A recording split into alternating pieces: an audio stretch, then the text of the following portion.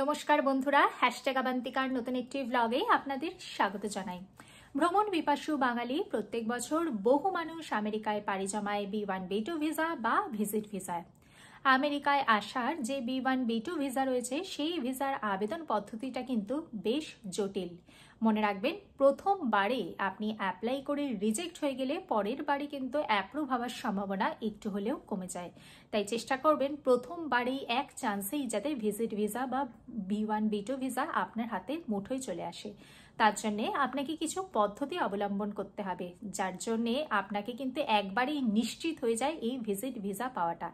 কি সেই পদ্ধতি, কি পদ্ধতি অবলম্বন করলে ভিজিট ভিসাটা আপনার হাতের মুঠোয় এক চান্সেই চলে আসবে, সেটা জানার জন্য আজকে আমি আপনাদের দিচ্ছি কতগুলো টিপস।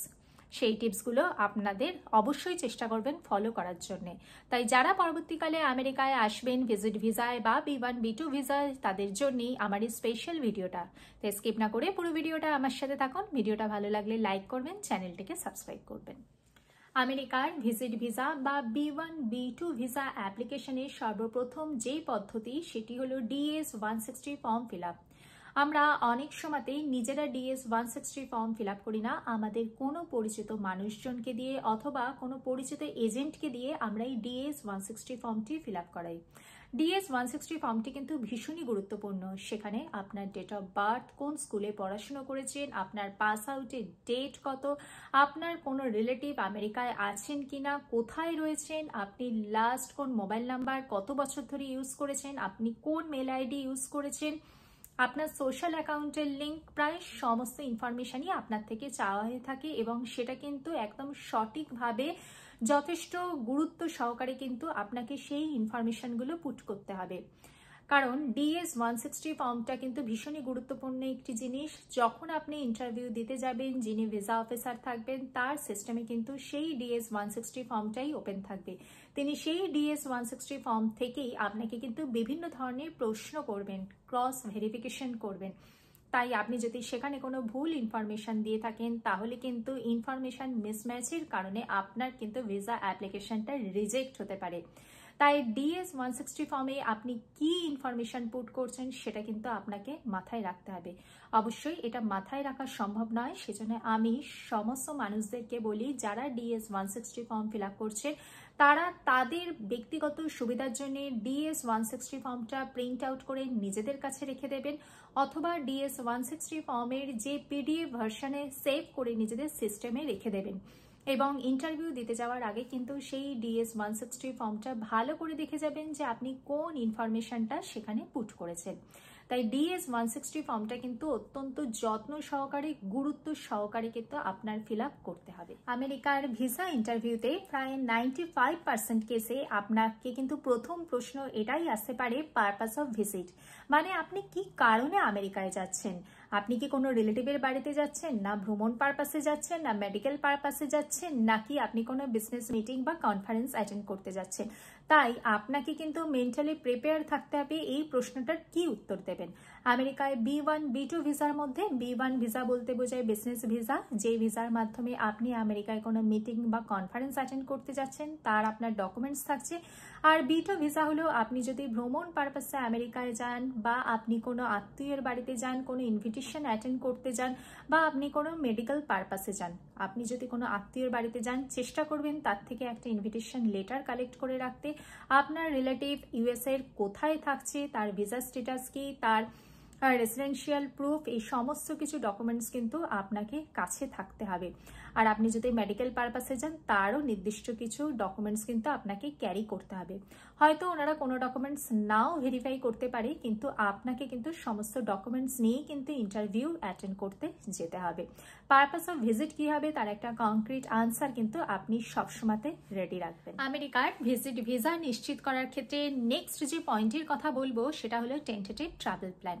আপনি যখন ইন্টারভিউ অ্যাটেন্ড করতে যাচ্ছেন তখন কিন্তু আপনাকে একটা টেন্টেটিভ ট্রাভেল প্ল্যান বানিয়ে রাখতে হবে। আপনি আমেরিকায় গিয়ে কোথায় থাকতে পারেন, আপনি কি কোনো রিলেটিভের বাড়িতে থাকবেন, না হোটেলে থাকবেন, আপনি আমেরিকায় গিয়ে কোথায় কোথায় ভ্রমণ করতে পারেন তার একটা কিন্তু প্ল্যান আপনাকে কিন্তু করে রাখতে হবে। আপনি কবে নিজের দেশে ব্যাক করবেন সেটাও কিন্তু একটা আনসার আপনাকে দিতে হবে। আপনি কখনোই বলতে পারেন না ভাবছি এই জায়গাগুলো যাব, বা ভাবছি রিলেটিভের বাড়িতে থাকবো, বা ভাবছি কোনো হোটেলে থাকবো। এটা সবসময়তেই ডিসকারেজ করা হয়ে থাকে যে আপনি আগে থেকে ভিসা ইস্যু হওয়ার আগে থেকেই আপনি ফ্লাইটের টিকিট কেটে রাখুন বা আপনি হোটেল বুক করে রাখুন, এটা কখনোই বলা হয় না। বাট একটা টেন্টেটিভ ট্রাভেল প্ল্যান আপনাকে বানিয়ে রাখতে বলা হয়। কারণ ভিসা অফিসার হয়তো আপনার থেকে জানতে চাইতেই পারেন যে আপনি কবে আপনার দেশে ব্যাক করতে চাইছেন, আপনার কি এই প্ল্যান কি আছে, আপনার ইন্টেনশনটা কি, আপনার ইন্টেনশন কি আমেরিকায় গিয়ে পার্মানেন্টলি সেটেল হওয়ার, নাকি আপনি ভ্রমণ পারপাসে বা বিজনেস পারপাসে বা মেডিকেল যে কোনো রিজনেই আপনি আমেরিকায় যাওয়ার পরেতে আপনি আপনার নিজের দেশে ব্যাক করে আসেন। উনি আপনার থেকে বিভিন্ন ধরনের প্রশ্নের মাধ্যমে এটাই জানার চেষ্টা করবেন। তাই আপনাকে কিন্তু অবশ্যই একটা টেন্টেটিভ ট্রাভেল প্ল্যান মাথায় রাখতে হবে। আমেরিকায় ভিজিট ভিসা বা B1 B2 ভিসা নিশ্চিত করতে হলে আরেকটি যে বিষয় আপনাকে মাথায় রাখতে হবে সেটা হলো ফিনান্সিয়াল ডকুমেন্টস। আপনি দেশে আপনি ফিনান্সিয়ালি যথেষ্ট স্ট্রং কিনা সেটা কিন্তু বিভিন্ন ধরনের প্রশ্ন আসতে পারে। যদি আজকে আপনি জব করেন, জবের অ্যাপয়েন্টমেন্ট লেটার, লাস্ট 3 মান্থসের স্যালারি স্লিপ আপনি সাথে করে নিয়ে যাবেন। যদি আপনি বিজনেস করেন তার প্রপার ডকুমেন্টস ক্যারি করবেন। যদি আপনি পেনশন হোল্ডার হন তাহলে লাস্ট 6 মান্থসের যে ব্যাংক স্টেটমেন্ট সেটা ক্যারি করবেন। এছাড়াও আপনার যা এফডি, মিউচুয়াল ফান্ড বা আপনার যদি কোনো ল্যান্ড, হাউস এরকম কিছু প্রপার্টি থেকে থাকে তাহলে তার সমস্ত কিছু ডকুমেন্টস কিন্তু আপনাকে ক্যারি করতে হবে। হয়তো সমস্ত কিছু ডকুমেন্টস ওনারা নাও দেখতে চাইতে পারেন, কিন্তু আপনার কাছে বিভিন্ন ধরনের প্রশ্ন আসতে পারে। তার মাধ্যমে ওনারা ভিসা অফিসার ভেরিফাই করতে পারেন কি আপনি আপনার দেশে ফিনান্সিয়ালি যথেষ্ট স্টেবল কিনা, নাকি আপনি ফিনান্সিয়ালি স্টেবল নন বলে আপনি আমেরিকাতে গিয়ে ওইখানেই পার্মানেন্টলি সেটেল হতে চাইছেন। আপনাকে এটা প্রুফ করতে হবে যে আপনি দেশেতে ফিনান্সিয়ালি যথেষ্ট স্ট্রং এবং আপনি ইউএসএতে যাচ্ছেন ভ্রমণ পারপাসে, মেডিকেল পারপাসে বা যে কোনো রিজনেতে আপনি যাচ্ছেন এবং সেই কাজটা ফুলফিল হয়ে যাওয়ার পর আপনি আপনার দেশেই ব্যাক করে আসবেন। আমেরিকার ভিজিট ভিসা বা B1 B2 ভিসা নিশ্চিত করতে হলে আরেকটি যে ব্যাপারেতে একটু হলেও মাথা ঘামাতে হয় সেটি হলো আপনার পাসপোর্ট কি সাদা পুরো, নাকি অন্য কোনো ইন্টারন্যাশনাল ট্রাভেলের কোনো হিস্ট্রি আপনার পাসপোর্টে রয়ে গেছে। আপনি আজকে ইন্ডিয়া বা বাংলাদেশ থেকে আমেরিকাতে পাড়ি জমাচ্ছেন, অ্যাজ এ ট্রাভেলার নিজেকে প্রুভ করছেন, তাহলে ভিসা অফিসারের কাছে এটা এক্সপেক্টেড যে আপনি আপনার দেশের পার্শ্ববর্তী কোনো না কোনো দেশ ভ্রমণ করে থাকবেন। তা না করে আপনি একবারে ফার্স্ট ইন্টারন্যাশনাল ট্রাভেল করছেন আমেরিকাতে। কেন? আপনি কি আমেরিকাতে গিয়ে ওইখানেই স্থায়ীভাবে বসবাস শুরু করবেন? সেটা প্রমাণ করার জন্য আপনি আপনার দেশের আশপাশের কোনো না কোনো দেশ স্বল্প খরচে ভ্রমণ করা যায়। আপনি থাইল্যান্ড ভ্রমণ করতে পারেন, মালয়েশিয়া, সিঙ্গাপুর ভ্রমণ করতে পারেন, দুবাই ভ্রমণ করতে পারেন, বা আরেকটু যদি খরচা সাপেক্ষ দেশ বালি বা আপনি মালদ্বীপস, এই সমস্ত কোনো না কোনো দেশ ভ্রমণের ছাপ যদি আপনার পাসপোর্টে থেকে থাকে তাহলে কিন্তু আপনার যে ভিসা অ্যাপ্লিকেশনটা কিন্তু আরেকটু বেশি স্ট্রং হয়ে থাকে। আমেরিকায় ভিজিট ভিসা বা B1 B2 ভিসা নিশ্চিত করতে হলে আরেকটি যেই বিষয় মাথায় রাখতে হচ্ছে সেটি হচ্ছে দেশের প্রতি আপনার বন্ডিং কীরকম, দেশে আপনার ফ্যামিলি, আপনার ফ্রেন্ড সার্কেল, আপনার সোশ্যাল সিকিউরিটি কীরকম। আপনার যদি দেশের প্রতি প্রচুর টাইস থেকে থাকে, দেশের প্রতি যদি আপনার প্রচুর বন্ডিং থেকে থাকে তাহলে কিন্তু সেটা আপনাকে প্রুফ করতে হবে। ওনারা ভিসা অফিসার বিভিন্ন ধরনের প্রশ্নের মাধ্যমে আপনার থেকে সেটাই ভেরিফাই করতে চাইবেন যে আপনার রিলেটিভরা কোথায় থাকে, আপনার ফ্রেন্ডসরা কোথায়, বা আপনার সোশ্যাল স্টেটাস কি। বিভিন্ন ধরনের প্রশ্নের মাধ্যমেতে ওনারা কিন্তু এই ব্যাপারটাও কিন্তু ভেরিফাই করে নেবেন। তাই আপনি যখন ইন্টারভিউ অ্যাটেন্ড করতে যাবেন তখন কিন্তু আপনাকে এই ব্যাপারগুলো কিন্তু মাথায় রাখতে হবে। আমেরিকাতে আপনার যদি কোনো রিলেটিভ থেকে থাকেন তার থেকে আপনি একটা ইনভিটেশন লেটার কালেক্ট করবেন। তিনি কোথায় থাকেন, তার জব স্ট্যাটাস কি, ভিসা স্ট্যাটাস কি, এই সম্পর্কে ডিটেল ইনফরমেশন কালেক্ট করবেন। ইনভিটেশন লেটারটা কিন্তু কখনোই আপনার ইউএসএর B1 B2 ভিসার ক্ষেত্রে গ্যারেন্টি নয়। এটা কিন্তু আপনার প্রোফাইলটাকে আরও স্ট্রং করে। যিনি আপনাকে ইনভিটেশন লেটার প্রোভাইড করছেন তার একটা রেসপন্সিবিলিটি আপনাকে আপনার দেশে ফেরত পাঠানোর। তাই চেষ্টা করবেন যদি আপনার কোনো ক্লোজ রিলেটিভ থেকে থাকে তাহলে তার থেকে ইনভিটেশন লেটার কালেক্ট করে নেওয়ার।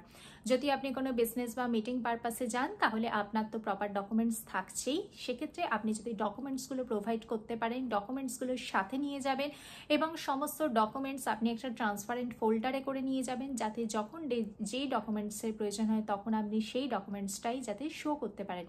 একদম কনফিডেন্ট থাকবেন, একদম পোলাইট থাকবেন এবং একদম নার্ভাস হবেন না, তাহলেই কিন্তু আমেরিকার ভিজিট ভিসা বা B1 B2 ভিসা আপনার হাতে মুঠোয় চলে আসবে। আমেরিকার B1 B2 ভিসা বা ভিজিট ভিসা অ্যাপ্লাই করার জন্য কী কী ডকুমেন্টসের প্রয়োজন, কিভাবে অ্যাপ্লাই করতে হয়, কিভাবে ইন্টারভিউ অ্যাটেন্ড করতে হয় সে সম্পর্কে বেশ কতগুলো ভিডিও আমার চ্যানেলে অলরেডি রয়েছে, আপনারা চাইলে দেখে নিতে পারেন। দেখা হচ্ছে আবার অন্য নতুন কোনো ব্লগে। ভালো থাকবেন, সুস্থ থাকবেন, নমস্কার।